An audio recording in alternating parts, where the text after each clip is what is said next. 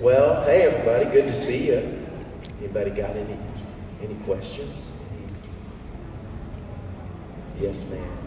What are you excited about right now in your career or family life or whatever? What are you excited about? Well, what am I excited about? That's a great question. I'm excited to be holding on to this right now, honestly, because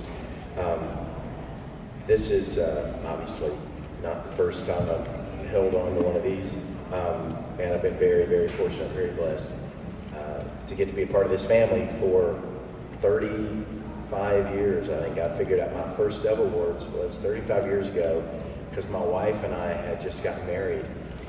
We just celebrated our 35th wedding anniversary. So that's something I'm very excited about is 35 years with the love of my life. That is, thank y'all. Thank you. The inspiration for many of my songs that a lot of people know me for, songs like I Will Be Here. But this award was received for a Bluegrass Album, which is an album that I've wanted to make for many, many years. I grew up listening to bluegrass music growing up in Kentucky. First memories I have as a little boy were of hearing bluegrass music. My dad played bluegrass music with his buddies. So, and I got to have my dad, who just turned 80, be on this album with me. He sang on it, played guitar. My brother sang on the album with me. I got to have some of my heroes, Ricky Skaggs, sang on it with me, Gary LaVox, of Rascal Flatts. So it was just a very special project. My dear friend, Britt Milligan, who I got to, he stood with me to receive this award tonight. He was here and I got to bring him on stage. He's produced the last several albums with me and he's just a dear friend. So that's exciting for me to get to celebrate that with a friend. My family and I and my music has taken, I've tried to share the journey of the last 11 years ago, when our youngest daughter went to heaven and get to be with Jesus and walking through very dark valleys and having the support and the prayers and the encouragement of this community has been amazing, and to be able to continue to make music that talks about the hope that we have, the hope that has sustained me, kept me alive, kept me sane, mostly. I'm excited to be a part of a celebration of 50 years of the Dove Awards. It really is pretty amazing, pretty incredible. And I've been a part of a lot of those years, so I've seen a lot of change.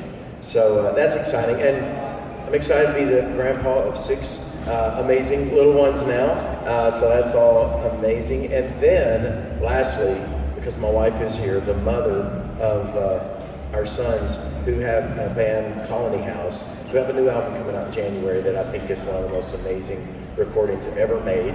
I, of course, would, because I'm a proud father, but mark it down, Colony House, because you'll say, I remember that Chapman guy talking about that band, because they've got a new album that is just epic. It's coming out in January, and you guys need to know about it, be watching for it, because I think it's just going to change the world, and so I'm excited about that. So.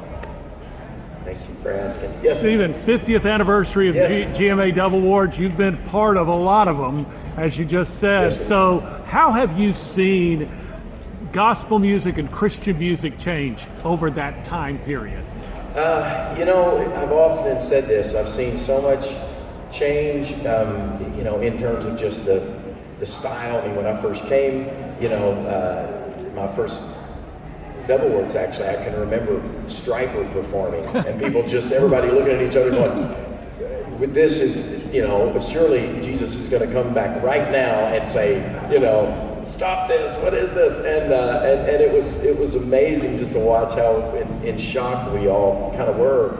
And yet it took the Striper guys, it took DC Talk, it took, so many to continue to keep pushing and saying, hey, we want to make music that's filled with the hope that we have. Music is illuminated by our faith. We want to make art that brings glory to God. And it's going to look different. It's going to sound different. And I've seen that change so much over the years. And it's been exciting. It's been scary at times because sometimes, I don't know where this is going. It's kind of crazy, but I've been able to watch it. I think as a result, reach more and more people, push back the darkness, bring light into more and more places, more people's hearts. And I'm excited. I love it. Josh, my buddy Josh Turner, was here tonight receiving an award. So many artists that have, not only artists that, from our genre that have made music that the mainstream hears, but a lot of mainstream artists that have come and made music that, that gospel music embraces as, hey, this is gospel music. We're excited about that. I love seeing that happen. That's something I've seen happen over the years more and more. So lots to be excited about, lots to be thankful for. One last question. You kicked off the Dove Awards week with the showcase at the Bluebird. Yeah. How was that experience?